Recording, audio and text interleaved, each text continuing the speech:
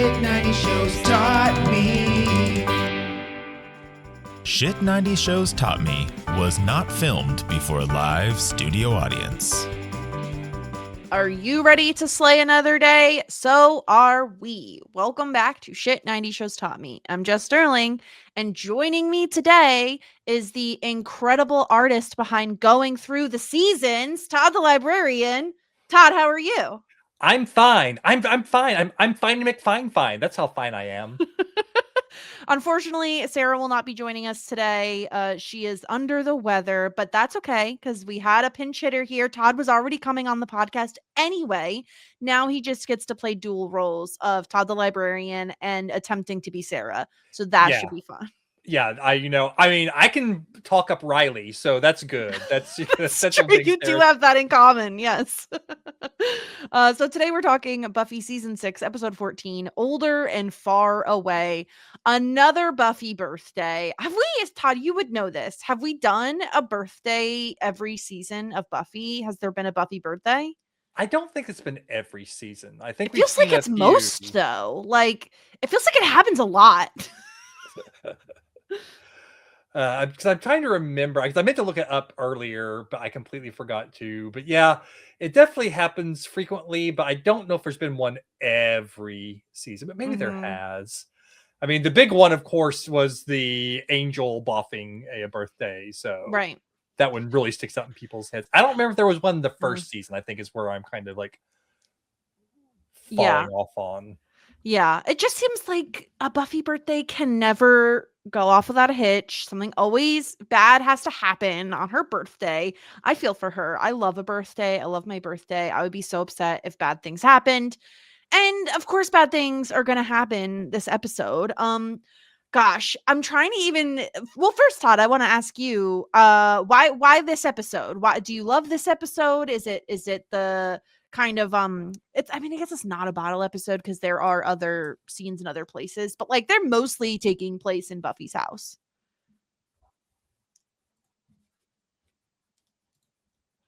Yeah, so the reason I picked this episode is because we already did Once More with Feeling with everyone, and then my second choice is Tabula Rasa, and we're like, well, that's too close to Once More with Feeling, so let's give some space between guests so it's not just back to back. So that's why I'm on this episode. No, I think the big reason for this episode was the Halfrek of it all.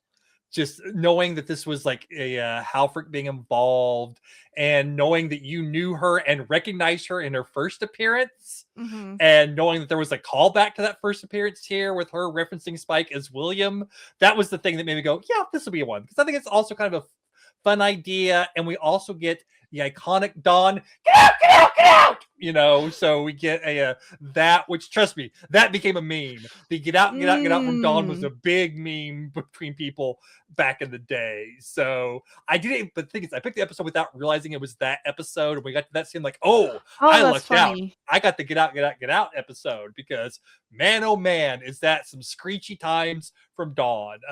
I think that one of the ways I'll fall down on being Sara is I'm not going to have as much empathy for Dawn as the two of you seem to have a lot of the time. She doesn't annoy me as much as she did on my original watch back in the day, but I still just find her annoying 9 times out of 10. Even if I can empathize with what she's going through, the way that she reacts to it still gets under my skin. That's so fascinating because, gosh, Dawn is such an interesting character to me. I feel for her so much, and I think it's probably a large part of like my age and like the first time I'm watching this is as an adult, and I'm just like, this poor girl has nothing. She has no one. Like she is all alone all the time. However, if I was like a big Buffy fan back in the 90s, it's like my favorite show. It gets brought back another season. We're getting like a bonus season we weren't expecting to get. And then like you have Dawn kind of like whining and maybe like holding back the plot in a way, right? Where it's like, well, what are we going to do about Dawn? We always have to worry about Dawn.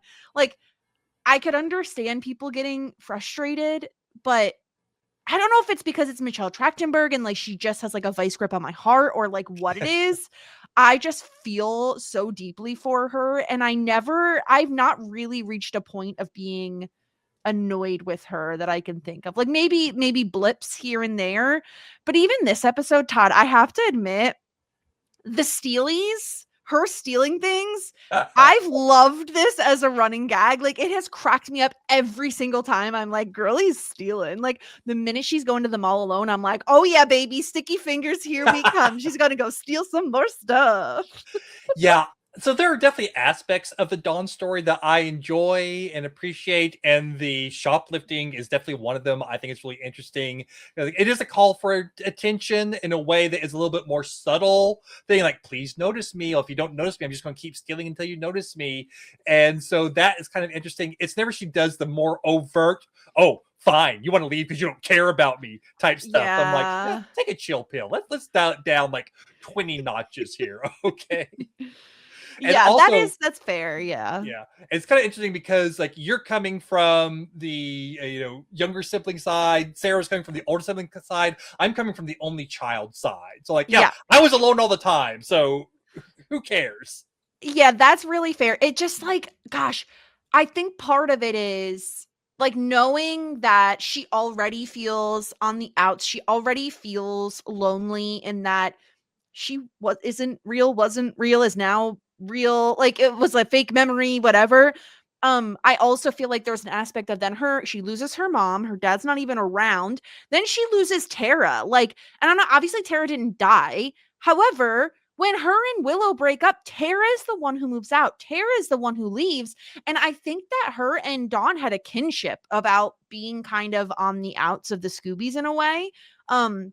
And now she doesn't have that person around anymore. And it really seems like no one has the time of day for her. Like, really, like she is all on her own most of the time.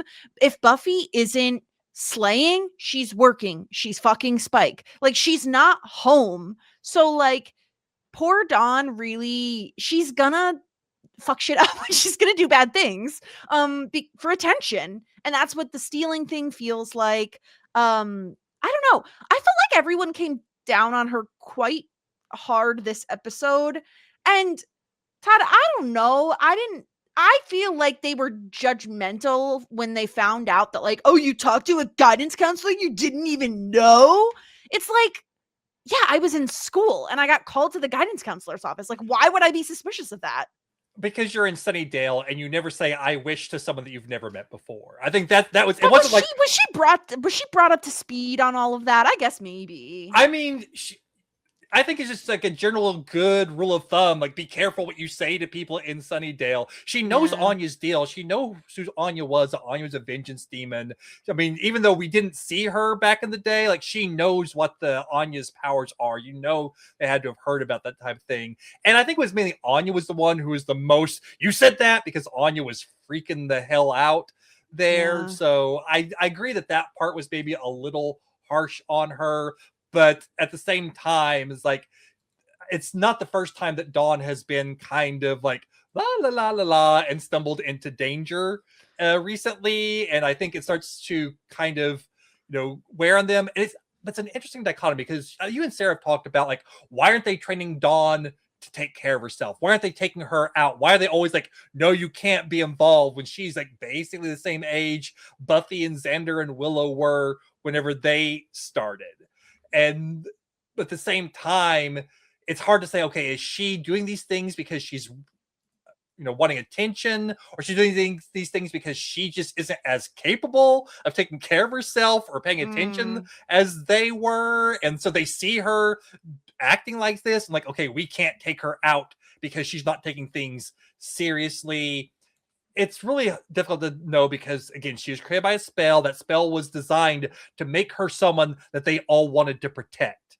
And how much that is just like the lingering effects of how she was created and how her personality was shaped by the monks. And was there any sort of lingering part of the spell where the people who had the memories inserted had that urge to protect her in there? So how much of it is, oh yeah, they're being hypocrites, and how much of them is like, well, magic is kind of making them hypocrites? Yeah.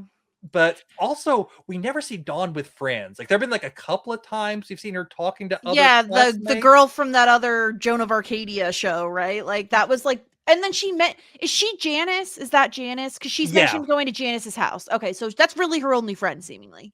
Yeah, so I think the thing that makes it harder, like, yeah, she's like upset because all of these older people don't want to hang out with her, but you should be trying to find people your own age. That's the problem, right? Like, is you're never gonna get me against her in that regard as a younger sibling. That like you do want to hang out with the older kids, and it feels like, and I don't know that this is the case, but what it feels like is, especially with the judgment about like the guidance counselor and the fact that they're in Sunnydale, the fact that they live on a Hellmouth, the fact that Buffy is a Slayer and she's a part of this like group of like vampire fighters, there are so many things that Dawn would have to keep a secret from any friend she were to bring home, that it puts like such a barrier up for her to even make friends. So like she's kind of, at least I imagine she must feel this way, she's stuck with what she has, which is the Scoobies, which are all older than her. Like the only way she'd be able to do this is if she had one friend who she could trust implicitly. And I just don't know that Buffy or the other Scoobies are ever signing on to letting Dawn tell a friend about all of this, like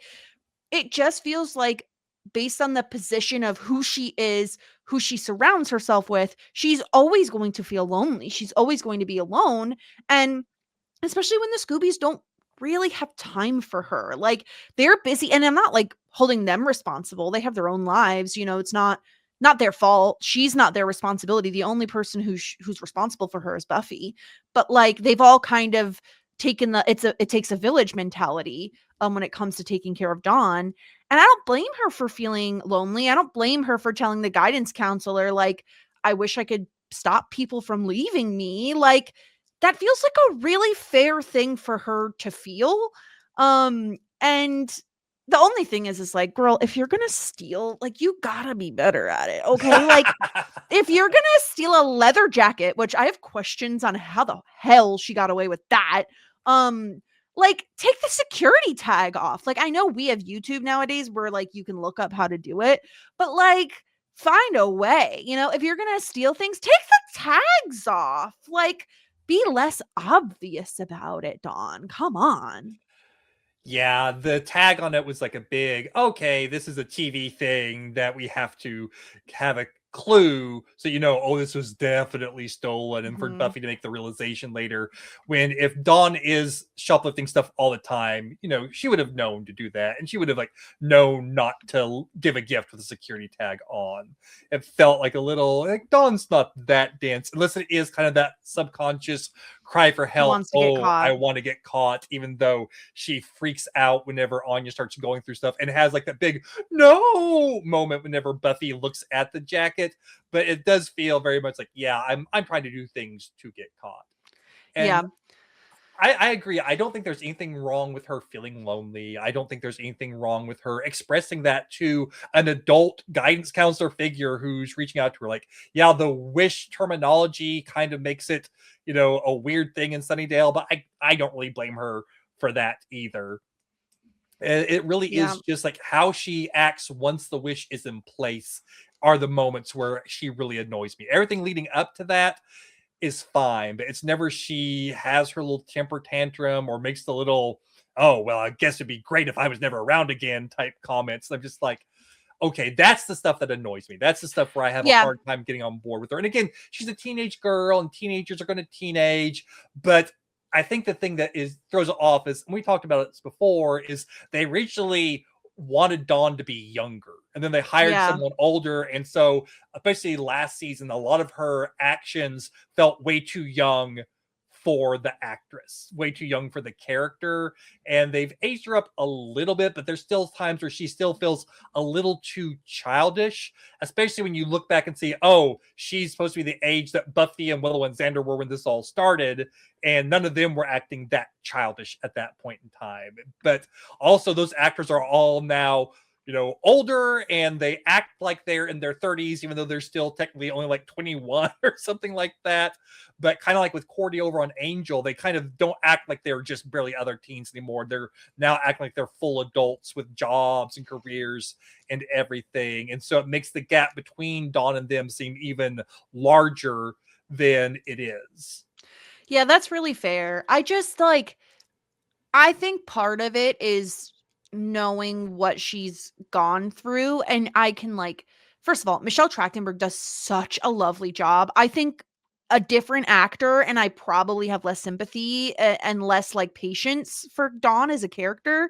I think, Michelle Trachtenberg is so easy to love and so easy to just sympathize with. And like, she wears, like, the way she emotes is like incredible. You just feel everything she's feeling, and you just feel how lonely she is. Like, that is the root cause of these issues, is just her being so freaking lonely, and just having, and already, like, again, I point this out because it was such a big deal last season, like, being the key, being different in a very, very big way.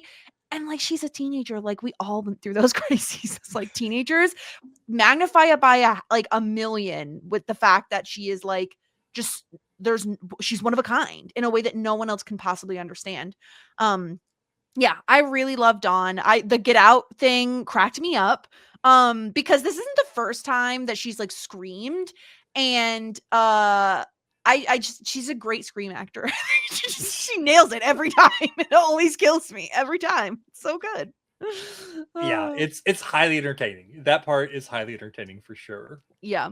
So let's break things down here. We talked a lot about Dawn. I want to talk about the party itself. So it's Buffy's birthday. We're having a party at the house. It seems like kind of Xander and Anya are kind of taking charge, it seems. Anya's making like hors d'oeuvres and stuff, which I was like, damn, that's like fancy for like a 21-year-old's birthday party, like, couldn't find that at my 21. Yeah, I didn't have a party, but like, fancy hors d'oeuvres. And they decided, okay, we're gonna set you up with Normie Richard. And like, why are we trying to do this, Todd? Like, haven't we learned? Don't bring normies into the fold. It never works. The normies get hurt. The normies die. Why are we bringing them to the party? Yeah, it's Anya's desire to have double dates, to have a couple's friend. That's why we're doing it. I can just imagine Anya has pestered Xander about, we need couple friends. We need couple friends. Buffy's single. Do you know anything? And I can just see Anya just pushing. So Xander's like, fine. This guy's a nice guy. Yeah. I'll bring him. And did he work with Xander? How did they know him? Did they say? Yeah, okay. They worked together, because he says at one point, "Hey Xander, we need to get out of here to get to work." And so he's like someone that Xander knows from the construction crew, apparently. But I agree, bringing in someone who doesn't know about the supernatural in to Buffy's birthday party, especially, again, Buffy's birthdays go badly. This happens. So why are you even like tempting fates by bringing this guy in as a weird blind date, but not really a blind date? It's, not a great thing. But also, Buffy invites a normie on her own as well. Yeah, stop inviting the normies. Like, I think Buffy is like, I have friends. Like, I have friends from work, and I can prove it. But like, here's the thing. You can become really good friends with people you work with because you're around them all the time. And like, you have something in common, and that you work at the same place. And if you're working, especially at a place like fast food or retail or service industry, like, it's so nice to have someone to vent about how shitty work is, right? So like, I get it.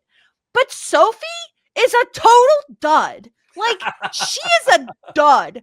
First of all, when she came over and the way she started talking, I thought she was like 16. Now, I don't know that she's not 16, but my mom told me to do this, and that. I'm like, how old is this girl? Like, she gave off very young vibes. Like, I almost to the point where I'm like, go hang out with Dawn. Like, her and Dawn can be friends. But like, and I have allergies, okay? I have allergies. So I don't have food allergies, but I have allergies. But like, girl, we don't all need to know every allergy you have. Like, that is not the way to start a conversation. I have no time for Sophie. Yeah, I didn't read her as young. I read her as just a very awkward adult who still lives with her parents. But still, that energy was like, oh, so this is your friend. Like, okay.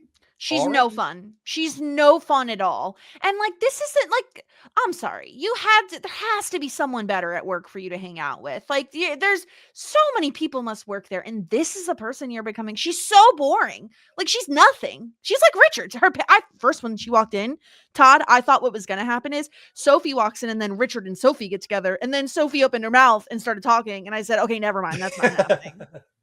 Yeah, you say there's got to be a lot of people, but remember, this is Double Meat Palace we're talking about, where Buffy works. So I don't know. I never ever want to think about that place ever again. And every time it gets referenced, I die a little bit inside. Understandable. Yeah, that for the longest time has been my least favorite episode of the entire series. Like, whenever people ask me my least favorite episode of Buffy, I would say Double Meat Palace. So yeah, I get your disdain for everything related to it. Yeah, it's the worst. So Richard shows up, Sophie shows up, Spike shows up because Willow, I guess, mentioned the party to him. He brings Clem, had no idea this man was going to make a reappearance. This is the guy from the Kitten Poker, Yes. who's like wrinkly and has cute, I love his little ears, his little floppy ears. They keep saying it's like a skin issue to the normies. Again, don't bring normies. Clem is a gem. I love him. He could come to every party I ever throw. He's the sweetest. Yes, I was hoping you'd enjoy Clem. Clem is great. Gotta love Clem. This is the thing, Todd. My question is, when we have guys like Clem in Sunnydale on a Hellmouth, why are you inviting Richard and Sophie? Bring more Clems. Like, I don't need to meet normie randos. I want to meet the interesting demons. Clem is so fun. Why are we not bringing more like him? I mean, the Kitten Poker might have a little bit to do with why. Did they eat the kittens? What did they do with the kittens? That's the implication. The implication is that the kittens are consumed at the end of the game. Yeah. Clem is the best. Clem is the best. Spike gets points for bringing him as his guest because I think it's a great choice. Spike is also sporting a pretty large bump on his eye from Buffy beating the snot out of him. I don't know how much time has passed in between episodes, but I'm like, damn, she roughed him up because like I thought vampires healed quickly. So, but I will say, Todd, there were times where I found the eye makeup to be like really distracting, like very distracting. Number one, because it's prosthetics and like that's fine. Like we're in the 90s, early aughts, like I'll forgive a lot. But there was one moment where I swear in one scene it was like not as puffy, and then I switched scenes and it was puffier again. And I was like, what's happening? Like I can't, the eye was very distracting to me. I wanted it to be just fixed already. Yeah, no, I get that. And like you said, vampires are supposed to heal fast. It's actually a plot point in the Angel episode for today. It's like, Angel healed fast and Groove heals fast. So for him to still have, a little mouse under his eye from getting beaten up, like that's how badly he was injured by her. But yeah, it's not the best makeup job in the world. Yeah, so Spike is there. Buffy's all like in a tizzy because of it, because now we have Xander and Anya trying to set up Buffy with Richard, and then Spike is there and he's jealous of Richard, obviously, and then Tara is aware, which chef's freaking kiss, man. This is the best. This is the best Tara. I love this Tara. Little tiny spicy bit of Tara. Oh yeah, baby. This is the Tara that I freaking love right here. Her getting to do her little snide little comments gave me life, Todd. It really did. Yeah, and the best part is Spike has no idea that she knows, and so he's like "What? Why is Tara being so snip? What does she know? What's going on here?" Like her, like, "Do you want some ice for that cramp in your pants, Spike?" The cramp in the pants. Like, I had a muscle cramp. Buffy was helping. A muscle cramp in your pants? Like the way. Oh my God. I loved this. I loved this so much. I love that Tara is always kind of there to like do a little jab. And it is because Tara's so sweet. Like she's so good natured that when she has a little bit of zest and a little bit of spice, it like makes me like her so much more. Not that I didn't love her before, but like, I just feel like this is what that character needed because it cuts so much worse when it's Tara versus someone else, Exactly. And the thing I find the most interesting is how Buffy really wants Tara at her party. And because remember, just like last season, like Tara was on the outs from everybody for so much of the time. And you finally have the episode where Buffy, stands up and, defends her against her horrible, horrible family. But even after Tara becomes a part of the gang, I think she still didn't feel like 1,000% part of the gang. She was there and helping out and being parts of things. But if you had asked me last season, are Buffy and Tara ever going to hang out without Willow around? Like, no, they have like no reason for them to hang out together. But now Tara is the only person that Buffy's felt comfortable talking to about the Spike of it all. And also whenever her mom died, like she and Tara bonded over that. So there have been little things where Buffy's relationship with Tara has become its own thing outside of the Scoobies and outside of their common friend and Willow. So it's really nice to see that manifest here with Buffy really wants Tara there at her party, not knowing that Tara will be there to be kind of a guard dog and help Buffy fend off Spike. She just wants Tara to be there because Tara's her friend and she cares about Tara and Tara cares about her. Like, it's so lovely to see that Tara isn't just Willow's, plus one anymore. And she's like a fully fledged, friend. Now, if only she got opening credits, not like name recognition. I'm just saying.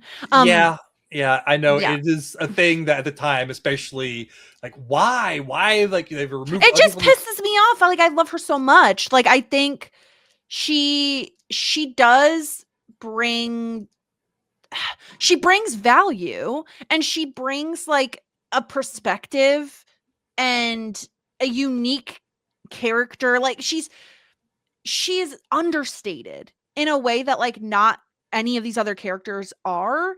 And I feel like she brings like a unique value, especially now that she knows about Buffy and Spike and like knows Buffy is like fully human and blah, blah, blah. Like, her and Buffy now have an extra special bond. When I felt like, I had said to Sarah, I felt like her bonding with Tara over the loss of their mothers, I felt like was going to feel, we were going to feel that it would be like significant. That now it's like, yeah, it really does feel like she matters. And I loved that detail that Buffy said to Xander and Anya that she wanted Tara to be there and that to check with Willow. Number one, I felt like that was very thoughtful from all parties, like thoughtful of Buffy. She wanted Tara, but also that she wanted to double check with Willow that she'd be okay with it. And to have that go through Xander and Anya, who are kind of planning the whole party. Like, I think it was very thoughtful on all counts. And it's very obvious that like Willow wants to be with Tara. Like, that hasn't changed. It's just the messiness around the magic and stuff is kind of preventing it. They have a little bit of like an awkward interaction when Tara first arrives at the party. And I gotta say, Todd, for some of the stuff that is working for me in season 6, and some stuff is working for me. I'm liking some storylines. I still can't with the like magic is drugs. Like, it's not working for me at all. And it like, here's the thing, like, because it's like you can't put the toothpaste back in the tube. So like, now that you've said to us that it is like drugs in which you can get addicted to it, and I feel like they could have, okay, let me back up. I feel like they could have done a thing where Willow has a problem with addiction to power and not put it on the magic. Because I think once you put the magic is drugs on the table, if Willow goes back to magic, it is automatically going to have a negative connotation. It is automatically going to be a bad thing. And I think it's bad for the show to not have your witch be a fucking witch. Like, I think it's actively hurting the show that Willow is unable to do magic, that she is going to like a Magic Users Anonymous. Like, this is all just feels like we're in season 6 and they're like, boom, this is a thing that's existed forever. And it's like, since when has this been a thing? This is like, absolutely not. I agree 1,000%. That's how I felt when I first watched it. It felt like it came out of left field. There was never been any indication really that magic acted like a drug in that way. And like I said, they could have found other ways. That Willow is abusing her power, and so we need to, she can't stop abusing the power until she like learns how some more self-control by treating it like an actual addiction. Like, oh, I wasn't going to use those pill components. I just want them around. It's like, that type of thing. Safety It's net, like, yeah. it feels so weird.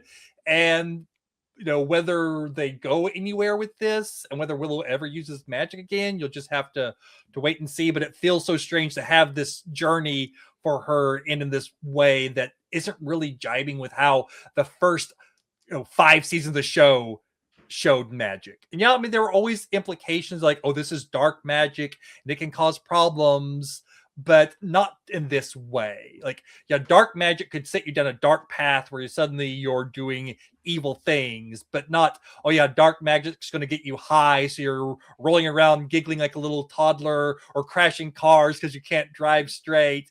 It's all of that, magic making you high. They never really did anything like that ever before.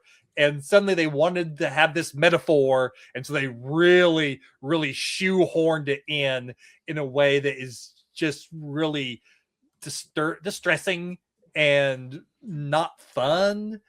And it's just, I really, really dislike it. Yeah, I want to be on board with it, but it just doesn't work for me in any way. It really doesn't. I think it's actively bad. Like, it's not just that I'm like meh about it, which there are some things this season I'm more meh about, but like I actively dislike this because it's getting brought up every single episode. It is like an active part of the plot. It is making me dislike Willow more than I already did, which I'm actively don't like her at this point. And it's like, she's the fucking witch. Like, let her do magic. Like, I don't know if it's bad to say, I was on fucking Anya's side. I was on Anya's side of like, bitch, we are stuck in this house. Like, I'm gonna kill you if I can't leave. Do magic. Like, if we have to tie your wrists up afterwards, then we have to do that. But like, do magic. Like, it's just so frustrating. I will say, I feel like it did give Tara a good moment. Like, I don't know if I'm like being hypocritical, but like, I both agree with Anya's point and also really loved that Tara had this moment of like standing up for Willow because Tara is so soft-spoken and has a tough time with confrontation. And I enjoyed that she was able to be like, obviously it proves that she still has feelings for Willow. I don't think that was ever in doubt. But yeah, the magic as drugs sucks. It sucks. It's so bad. And it's such a big part of this season that it is like infuriating. Like, I have to imagine this didn't go over well with fans. Like, it couldn't have. There's no way. I mean, I know it didn't go over well with me. And from what I remember of the general discourse at the time, yeah, I don't think it was something that a lot of people liked. But also, season 6 is a very divisive season. There are people who love season 6 and people who hate season 6. And at the time, now that you're over halfway through the season, you guys have already talked about your things about it. I'll say I, at this point, also hated seasons. I was not a fan. Outside of 2 really great episodes I love, Once More Feeling, Tabula Rasa, 2 of my top 5 favorite episodes of Buffy. But there's so much in this season that just did not work for me on my original watch. Now, I will say, rewatching it this time, it works a lot better for me, knowing the full scope of the season, knowing where everything goes, and being able to see them like planting seeds for certain things. Things definitely, hit better for me. But still, like, I left last season like having a much greater appreciation for season 5 and thinking that season 5 is actually now in running for one of my favorite seasons of the show, which it hadn't been in the past. Season 6 is definitely not getting that big of a bump, but there are still things about it that I didn't like the first time that don't bother me as much. But the magic as a drug is not one of those things. It's still just the whole storyline with Rec just made me go, what are we doing here? Yeah, it sucks. It sucks. Again, I don't mind them like making us not like Willow or like having her have like a power addiction and having her kind of lose control in that way. I think there's stuff to play with there. I think bringing Buffy back from the dead certainly is going to give her a bit of an ego that like if it goes unchecked is like dangerous. I just think there was a different way to do it that doesn't then hamstring you handcuff you to this magic is drugs and that means Willow now can't do it. Like, well then what the fuck? Like, she's a witch. Like, what good is she then? Get her out of here. Like, I don't care anymore. Like, not that that's all she's good for, but like, truly, like, that was her thing. That was her shtick. Now she's gonna be a hacker again. Like, oh, good God. Like, please no. It's just very frustrating that I feel like they've really written themselves into a corner here. And I don't like it. Willow's not my favorite this season. She's actively pissing me off every episode. So, not good for her. Yeah. Like at the beginning of the season, whenever she was like kind of getting, all up like with Giles, like, do you know who you're talking to and that type of stuff. That was an interesting path for her, like getting that ego, feeling like she's above everything and following that, and then maybe having some sort of comeuppance that isn't like, oh, I got high and crashed a car and put Dawn in danger. There could have been other things that she had done with letting her magics run wild and putting them in danger that would have worked a lot better to like, oh, I can't stop. I need some more control over myself before I can do magic again. I think that would have felt a lot more earned, where this whole thing with Amy suddenly being like her connection to a magic pusher just felt so bizarre. Yeah, I just really hate it. Whatever. I want to talk about the gifts that Buffy receives. So number one, Willow gets her a massive back massager for all her little achies. The little eyebrow wiggle from Spike gave me life. It was literally everything. Just saying. I mean, not a bad gift. Although she's a little young for a back. I mean, whatever. People have aches and pains. Yeah, she deals with a lot of, physical activity and getting beat up a lot. But she also heals really quickly, so who knows? But maybe in that moment, I don't want to wait for it to heal. They just made me think of the foot massager from Everwood. Oh my God, yes. Yeah. So that's where my brain went immediately whenever I saw it. That's hilarious. Obviously we talked a little bit about this, but Dawn got her the leather jacket with the security tag still on it. Don't know how Dawn stole this. I mean, it does. I think it's a good gift. Like, I feel like Buffy wears leather jackets. This would look good on her. She can match Spike. They could be like that kind of couple.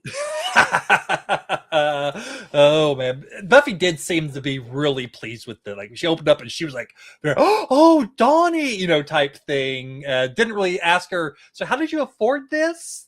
Which is probably going to be like the next question that was going to come before she got interrupted by the new gift that completely overshadowed Dawn's gift and got little Dawn like grumpy face, like, I can't believe she's not looking at my gift anymore. The thing is, okay, first of all, kudos to Xander. This is an incredible gift. He makes her like a weapons chest.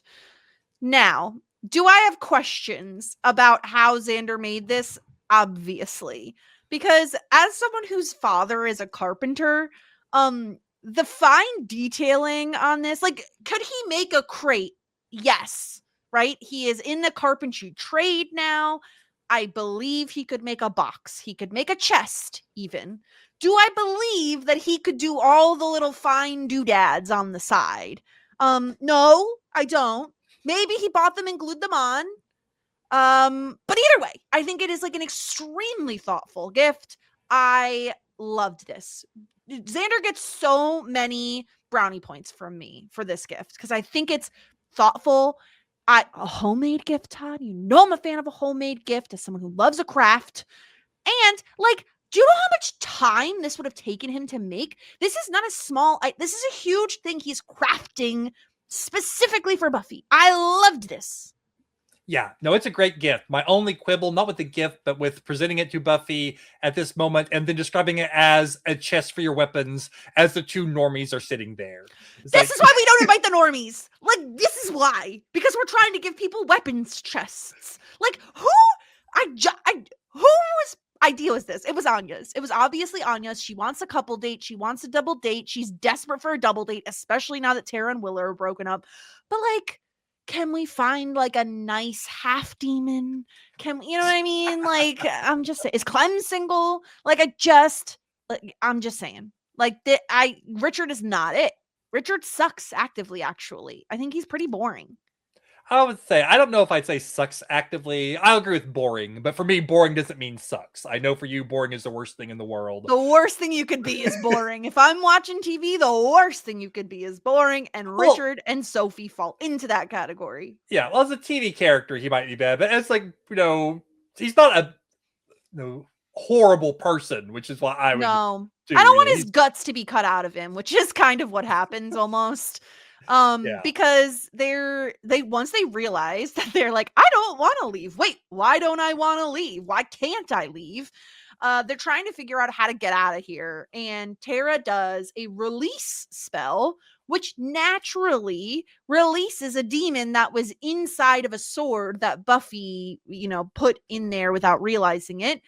So the demon does some damage and slices Richard his belly right on open. And then I don't understand what was going on here, Todd. This demon is like popping in and out of walls. Like, how does this work? What is this? Yeah, it basically, the demon seems to be able to teleport a little bit, but also kind of phase into material. It's never really clear. It's one of those times where you have this demon popping up a lot, but they never talk about what type of demon it is. They don't do any research about the demon. We get no details about the demon. So you're just having to kind of like piece together on the fly what its powers are. But it does seem to like kind of pop in and out of existence a lot, and then kind of phases into the walls, because at one point they can hear it in the walls. They're kind of freaking out. So it seems to have some weird like space-time teleportation, molecular density powers. It's kind of unclear exactly what it's doing, but the important thing is like it can get away easily and then they can't find it. Yeah, it's like hanging out in the walls and stuff. Richard's belly gets sliced open, and listen, Tara, I gave you so much props earlier. Okay, just remember this. Remember how much I love you. Okay, remember how much I stood up for you all those times. Tara's not a nurse. This is some really bad nursing. First of all, they don't even take Richard's shirt off. It's like, whatever kind of cut's going on under there is none of my business. Because all we're going to do is we're going to put some peroxide on a cloth and just do a little dabbing over the shirt.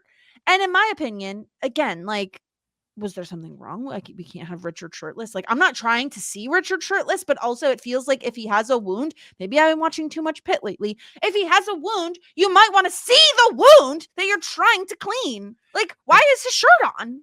They used all the prosthetics budget on Spike's bruised eye, and they didn't have anything for the wound on Richard. And Clem. Don't forget Clem. Clem, yeah. And Halfrek, actually. They probably did have a lot of expensive budget in terms of makeup. So, but they always do. So it's true. I hadn't even thought about it. That's the sad thing. Didn't even like. He's just laying in bed with the shirt on, and Tara's just like dabbing peroxide on a cloth and patting the shirt. Like, what are you doing? Because Tara's like, ooh, naked boys. I don't want to see that. Yeah, I don't like boys. Yuck. And then of course Xander also gets sliced, and again, no one decides to like pull up his sleeve. But his arm gets sliced, and like this is a chaos because they can't seem to like locate this guy. He has this giant sword. Every single time I'm like, can we get a few people to pin him down and just rip the sword out of his hand? Like, chop his arm off if you have to. Like, just get the stupid sword. You know what you need to do. Yeah, but every time they try to grab him, he does his little blinky disappeary thing. So that's difficult for them to do. Yeah. But this was easily the least interesting part of the episode. Sure. It's there just to give a sense of danger to them being stuck in the house. Because otherwise it's just like, oh, we're stuck in the house. We can never get out. But that doesn't quite have the same level of danger to get Anya to have her freak out, to have everyone fighting over what to do. They had to have some sort of danger, and it wasn't inherent in Dawn's wish. So they had to find something, but just the way that it all plays out, it's just feels like a big nothing burger at the end of the day. Yeah, I don't care. I don't care about him, but it does lead to some chaos. Eventually, so we have the blow up, like I mentioned, between Anya and Willow. Anya wants Willow to use her magic. Xander agrees. Tara sticks up for Willow when Willow says, no, I can't because drugs. And so then Anya gets upset, and Anya is having a bit of a meltdown this episode. And I don't know if it's like the stress of wedding planning and the stress of party planning and everything else. I don't know if it's all just getting to her, but she's like she knows that Dawn has something to do with this. She is convinced that Dawn did something. And so she's rooting around in Dawn's stuff and she finds Dawn's loot. Dawn's loot that is not terribly hidden because she puts it in like a secret compartment in her jewelry box. But again, all the tags are still on it. I think Anya would have known anyway because Anya knows what's in the magic box and she knows what she sells. Yeah, I mean, as soon as she sees it, she's like, half this stuff is from the magic box, so she immediately clocks what the stuff is. How would you? Why would you do this? How could you do this to me? She gets upset. I knew as soon as Anya, I was like, oh shit, it's over. Dawn is toast. And like then we get the Dawn leaves the room. Buffy's like, this must be a misunderstanding. Follows Dawn. We get like the parade of people following Dawn down the stairs just to yell at her even in an even more public location about this whole thing. Like, how could you? I trusted you. And this is when we find out that, yeah, unfortunately, it is Dawn's fault because she made a wish in front of the guidance counselor, which turns out to be Halfrek. And Todd, this was really funny. We had a very funny exchange mid-episode because when we meet the guidance counselor in the very beginning of the episode, of course I recognize her because I know her from Grey's Anatomy. She plays a really annoying, attending doctor. She is terminally cheerful in a very annoying way. And I recognized her. And then I said to you, wait a minute. She was in the flashback episode because she was the girl that Spike, aka William the Bloody, was in love with. And Todd, because this show likes to reuse actors, in my head, I'm like, oh, well, they just liked her. So they brought her back because they probably thought we wouldn't remember her.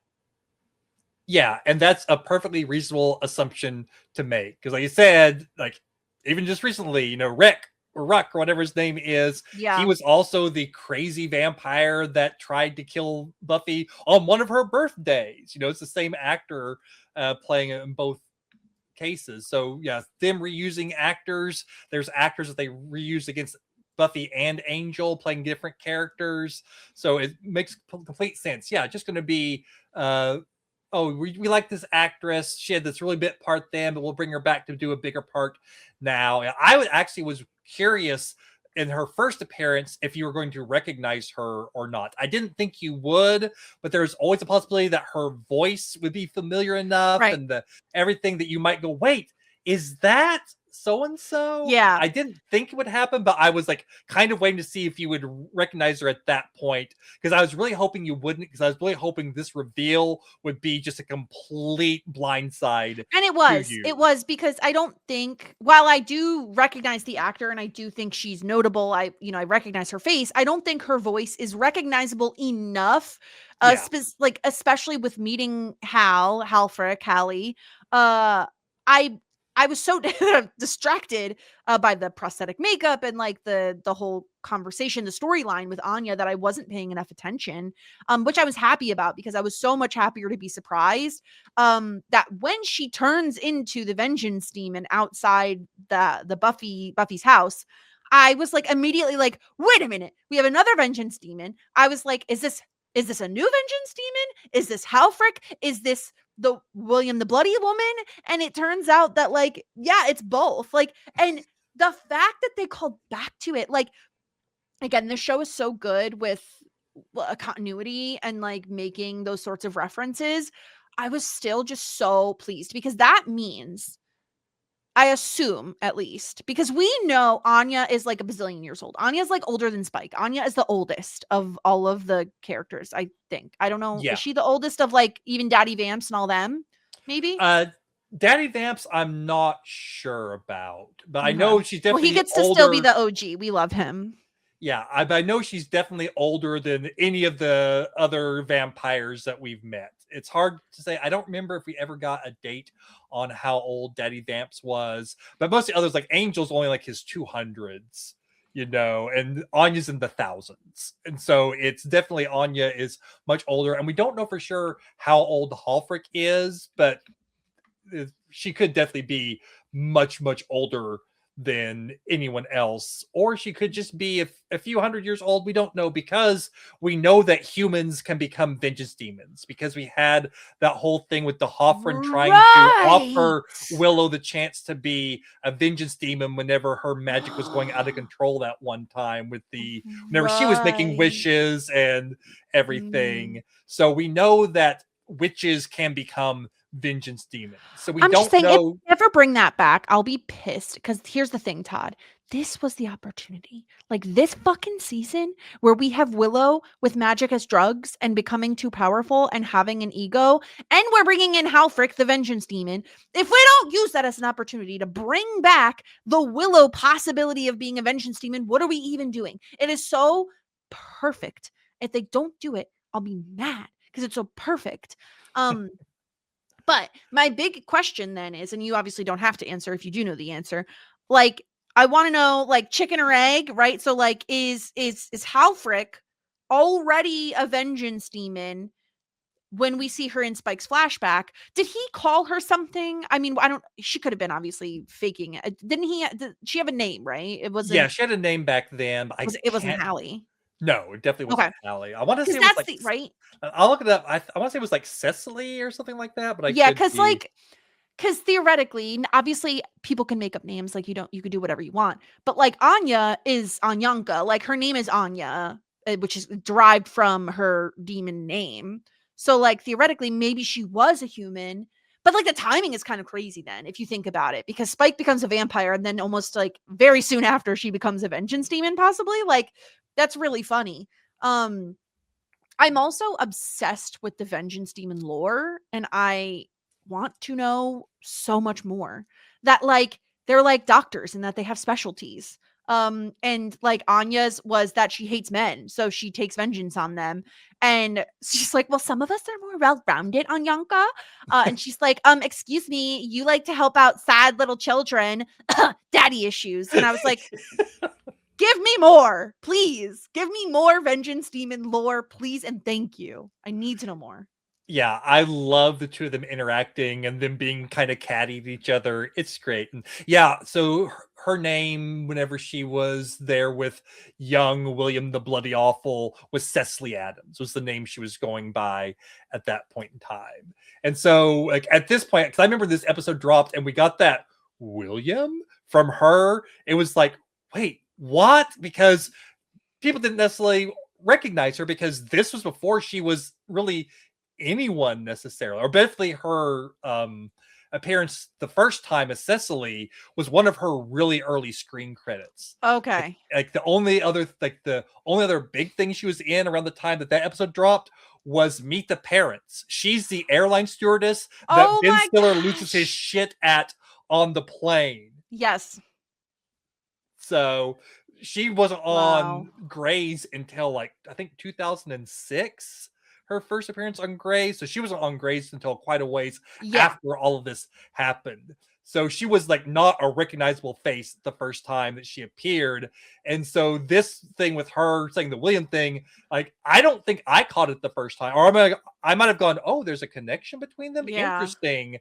But then going back and rewatching or reading forums, like, oh, wait, no.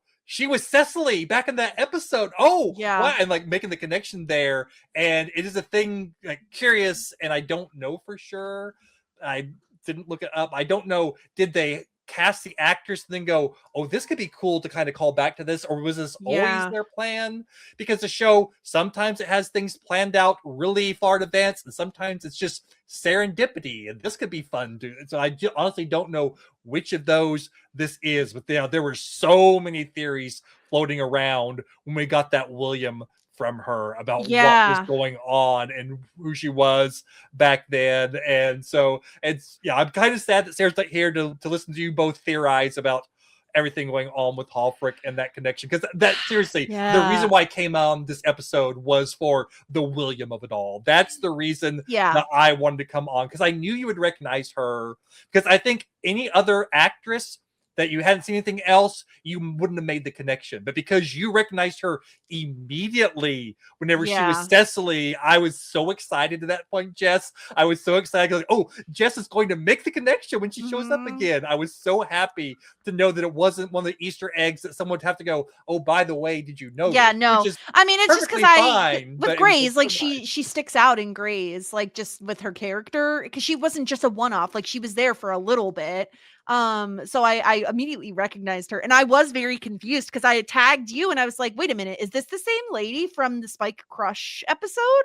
And you were like, oh yeah. And I was like, oh, okay, that's fun. And then I didn't think much of it. When she says William, I screamed. Like, I was so excited. I was so excited. And I really hope they do more with this. I don't know. Like, here's the thing. Halfrek has now been in 2 episodes. Being that Anya and Xander are getting married, I could see her sticking around and we could see more of her. It's interesting where she says William.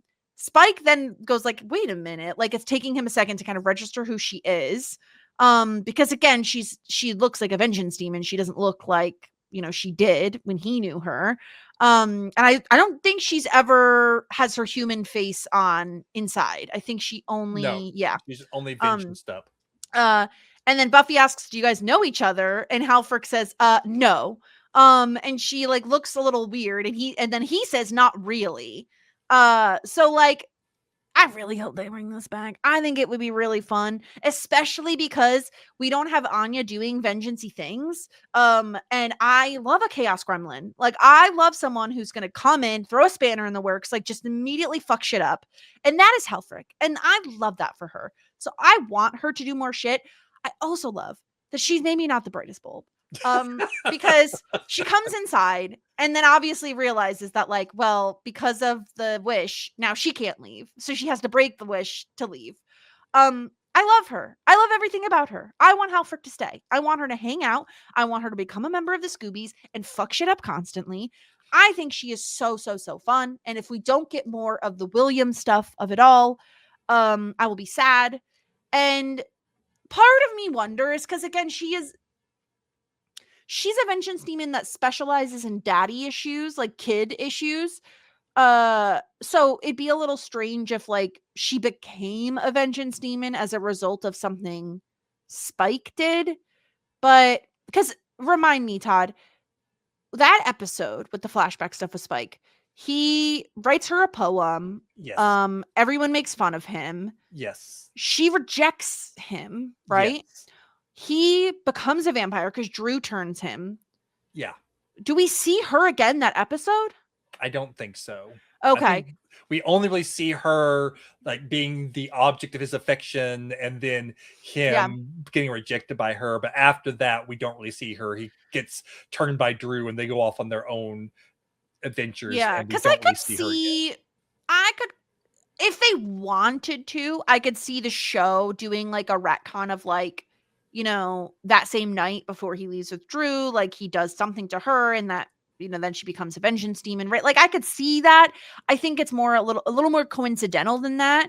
I don't necessarily think they'll go there, but I do hope they explore this more because I think it's so fun. I love meeting people from like Spike's past. I think it's fascinating, especially because again, I don't want to spend time with normies. Like I see humans every day, like don't go away, Richard and Sophie. Like give me Clem, give me Halfrek, please, more of them.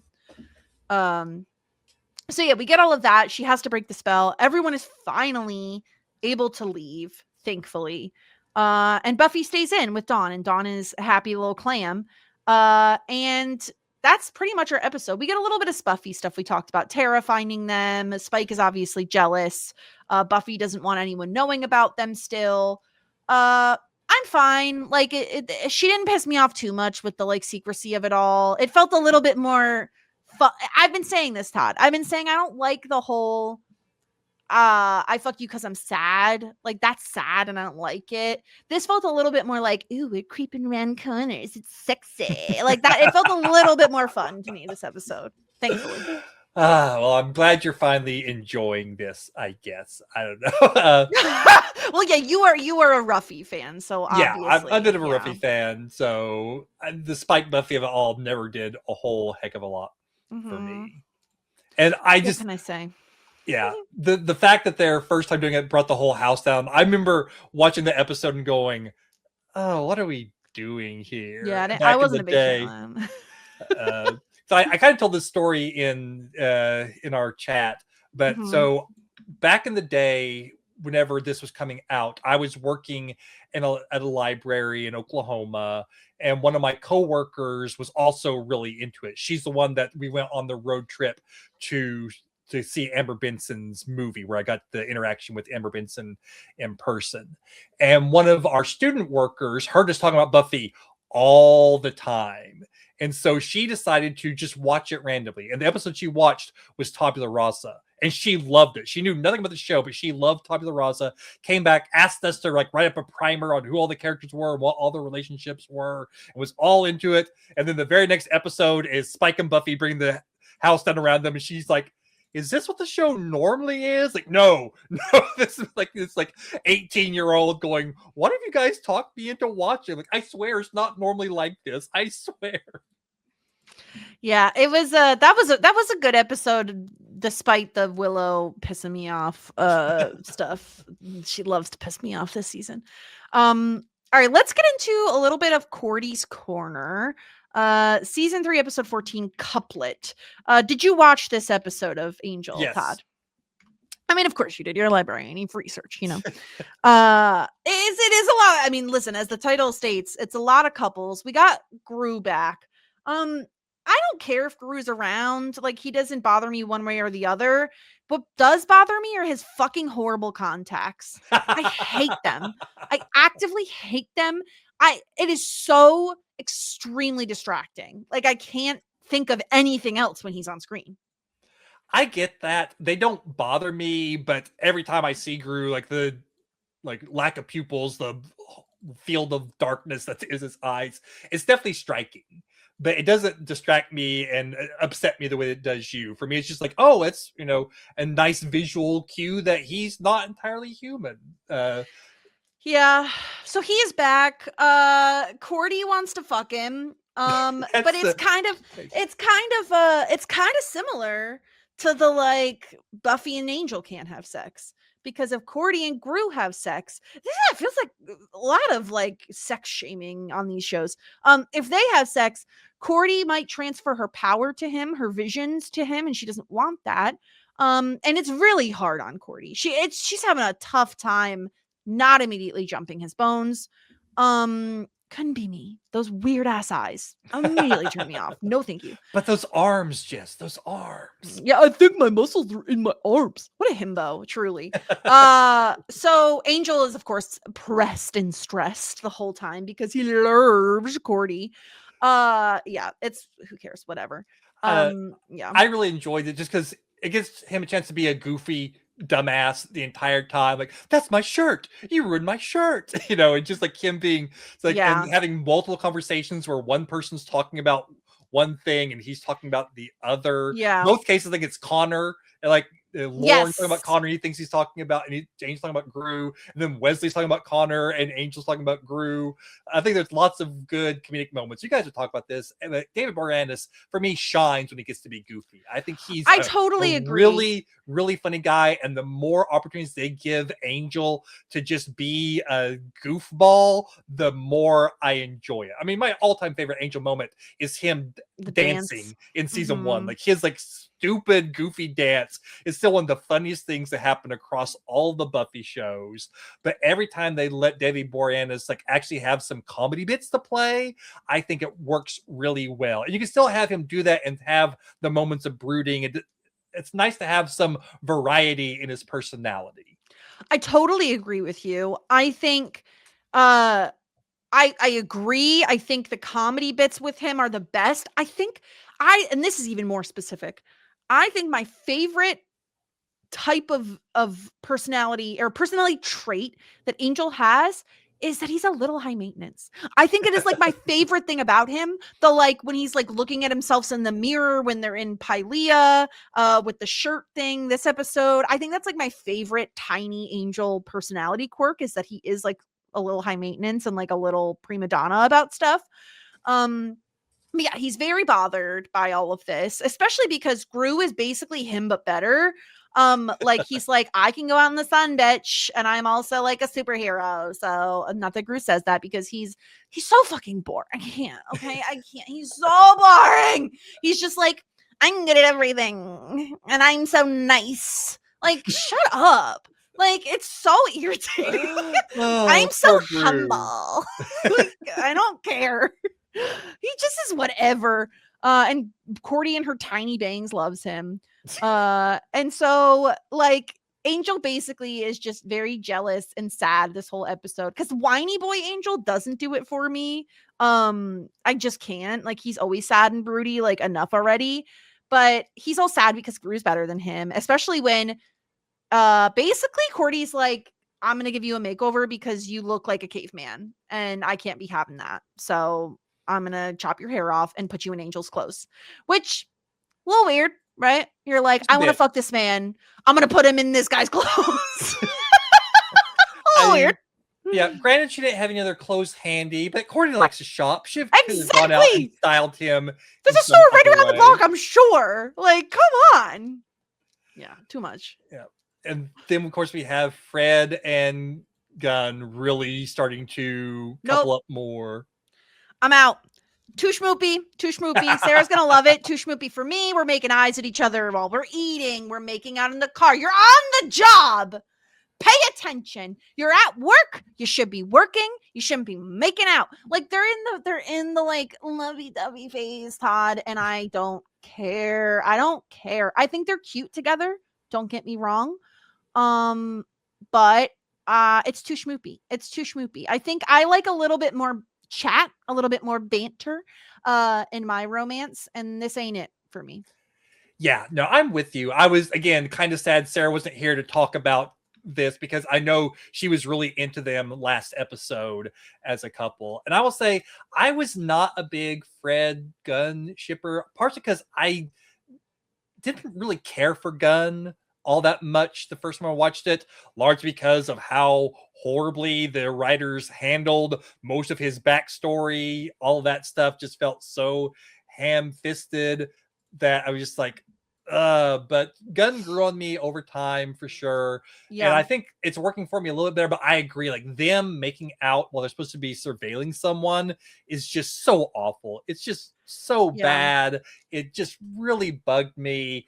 And yeah, and I'm not a big fan of the schmoopiness either. And they don't really have the banter back and forth. They have like, oh, I like watching you eat. You're so cute. And we're like, yeah, no, please. I want zingers. I want this like sarcasm back and forth. I want like, Joey Pacey kind of like, zinging each other.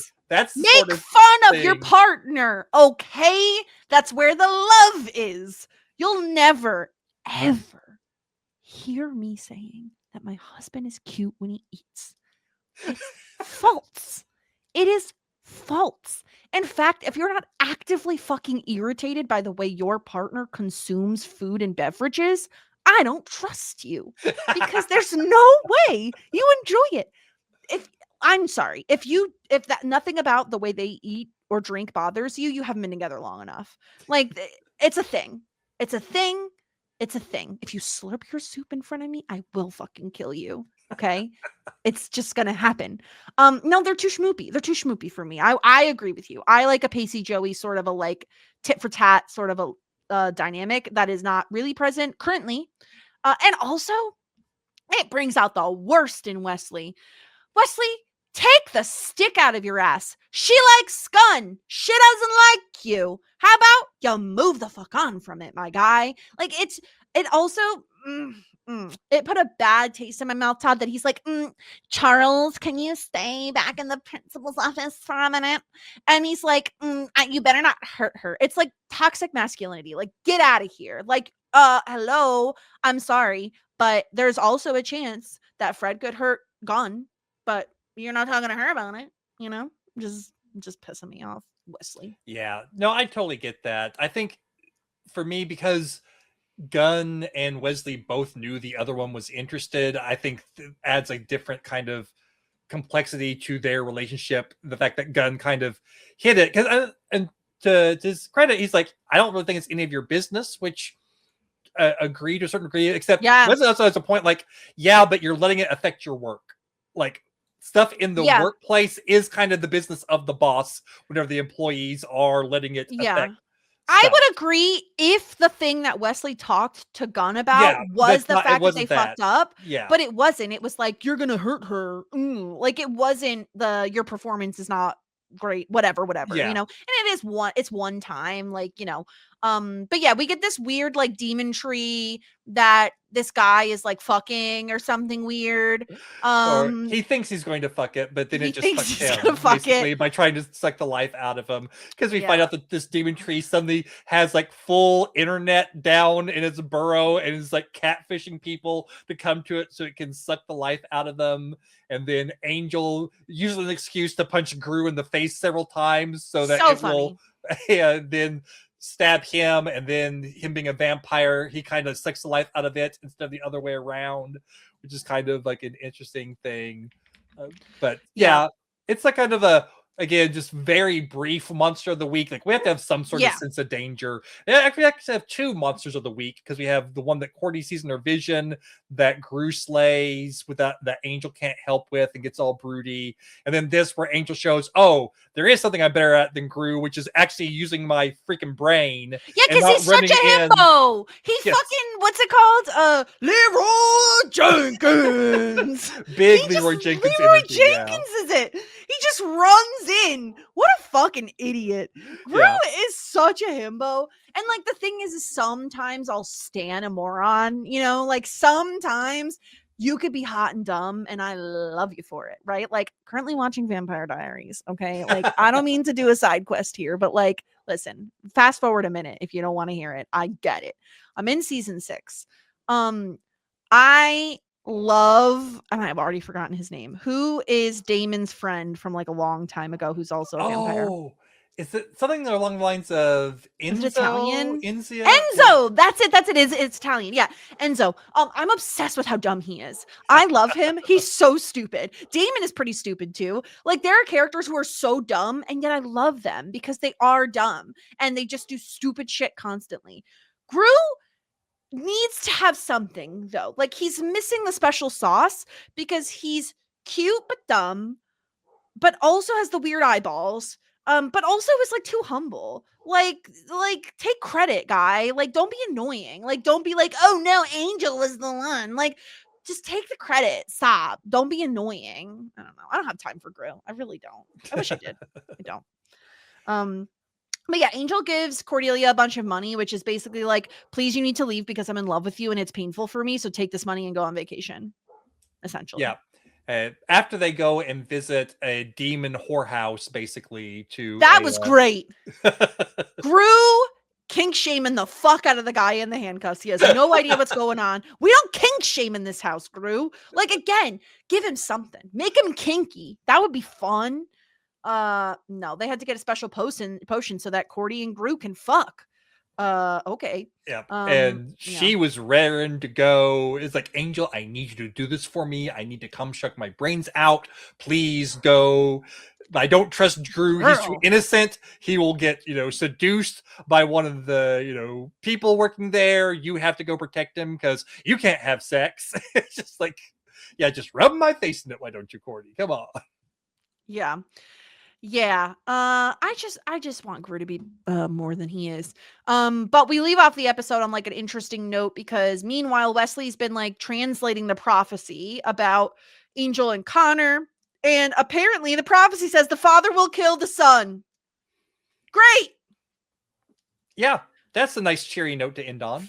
Yeah, prophecies are always like a little bit different than what you expect them to be though, so I'm not worried. Connor's a baby. Like, he's not going to kill a baby, It's fine. Like, it's probably a different father and son. Whatever. That's Angel. It was fine. It was a fine episode. I wasn't offended by it. I thought David Boreanaz had some fun stuff. I have a question. David Boreanaz is in like that Bones show, right? Yeah, he was in Is Bones. he funny in that? A little. I Okay. think he got a chance to be a little bit more snarky.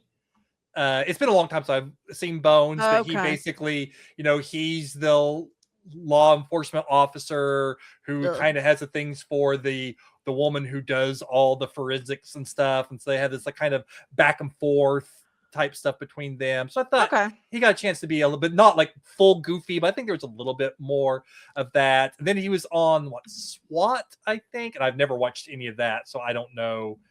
But he recently got cast in a new show. Oh, I need to look that up to see what it was, because I was very excited whenever I heard what he got cast for, because it was a show that would allow him to be more comedic. And I'm going to look that up to see, because I think that he really shines whenever he gets a chance to play to his comedy chops. Yeah, I think he's best when he's funny. I don't like him when he's like sad and mopey, because it's just annoying. Like, cheer up already. Like, don't be annoying. He's been cast as the new star of the reboot of the Rockford Files. I don't know if you're familiar with the Rockford Files at all. Is it another cop show? Sounds like a procedural. No, it's a private detective show. Oh, okay.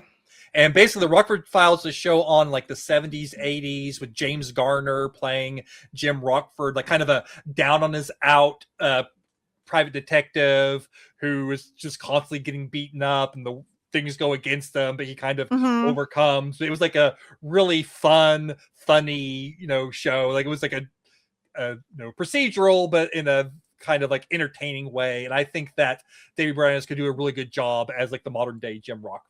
So I'm really looking forward to seeing how that plays out. You know who played a cop in something recently, and I was so sad about it? Who? We recently watched Scream 7, and Joel McHale was a cop, and I was like, why? Why did you do this to me? It's pretty good though. It was all right. I enjoyed it. Have you seen Scream 7? You've seen Scream. I saw yeah, it. okay. I definitely saw that. I liked it okay. I had some quibbles. I think the fact that they had to rewrite the entire script after firing one of the main people who's supposed to be in it kind of shows a little bit. Oh, was that what's her face? The Wednesday girl? No, she quit in solidarity with the person who played her older sister who got Is that fired. Who they fired? Yeah, they fired her after she posted something mildly political, and she got fired. And then on the good side of political or bad? Yeah, kind of. Yeah, I think it was like some Free Palestine type. Of course. Interesting. Yeah. I mean, yeah, there were some things I liked and some things I didn't like, but it's listen, Sydney. I love Sydney. Sydney always. Love her. Yeah. Anyway. So, one thing I wanted to ask you about the Buffy episode, Xander has a line that's the only thing missing is a cornfield. There's no cornfield, right? And so I have to ask, do you have any idea what that's referencing? When does he say it? He says it whenever they are thinking that Dawn is they first are figuring out that Dawn is responsible for them being trapped in the house, and whenever they're all in a room, and there's like, oh, this feels like, oh, you don't want to leave. The only thing is it like a UFO sort of a thing? No, it's actually a Twilight Zone reference. Oh no, I have not seen Twilight Zone. I don't know if I may have seen like one episode, but that's about it. Because I mean, I feel like the most I know about it is like in reference to Felicity. Exactly. That's why I feel like it's like one of the most well-known references to the Twilight Zone. Is like one that gets used fairly frequently. Basically, there's an episode where it's a little kid with superpowers where he can reshape reality to whatever he wants. But he basically takes this entire town hostage to, do whatever he wants. He can read their minds, so he knows whenever they're thinking bad thoughts about him or resent him for trying to make them do stuff. Jeez. Whenever people make him super mad, he wishes them away to the cornfield, and they disappear and are never seen again. So that's kind of. I love a creepy kid and stuff. Like I love and I hate it. Oh, yeah. It's so creepy. Creepy kids are one of my favorite tropes and all. Yeah, it was the like, creepy kids. In Harper's Island, the one by one. Yeah. Like makes me want to die in the best way. Yeah. And there's an old TV show called Lost in Space that got made into like a movie and a reboot and everything like that. But the kid from the Twilight Zone episode was like the little kid in the old Lost in Space series. Oh, Bill wow. Mummy, who also went on to be on the show Babylon 5, which is like one of my favorite sci-fi shows. Yeah. And then they did a reboot of the Twilight Zone, and Bill Mummy played that kid grown up, but his son now has powers, and he's trying to deal with that. Wow. That's fun. That's fun. Jesus. God, no, I didn't. Yeah, I didn't know that reference. I've not really Twilight Zoned. Yeah, I don't know if I'd I like knew it. back in the day when we did the Felicity episode, because I came on for that to be the Twilight Zone expert. Fucking Felicity, man. What a time. What a time to be alive. Let me tell you, another show that I referenced recently also did some weird time travel-y shit. And I was like, now we're doing this? Okay. It was weirder on Felicity, for sure, because I definitely wasn't signing up for a supernatural show in Felicity. Yeah. Yeah, sometimes they just are like, we're going to do time travel now. We're just going to fucking do it. Yeah, why not? let's do it. Incredible. Well, let's see. What are the next couple episodes here we got? So season 6, episode 15 of Buffy, As You Were. Isn't that a song like "Come as You Are, as a friend, as a something"? Yeah. Okay. Maybe it's As You Were. Ooh. Okay. As You Were. What if we're referencing? I almost said Helvetica, and that is a font. Halfrek. Helvetica. What if we're referencing her and William the Bloody, As You Were? Like, ooh, I'm getting excited. I doubt it, but that would be fun.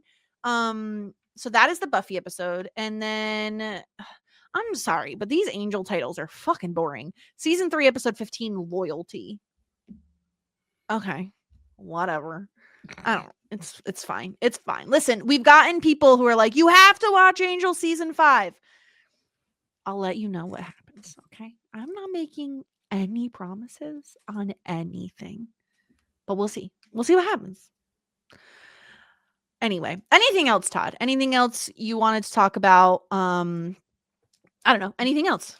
No. I said I think this is a fun episode of Buffy. The Angel episode was fine, but it was just nice to be able to talk about Dawn yelling "Get out, get out, get out" in a high-pitched voice. So funny. And just like one of those things that is burned into my brain forever.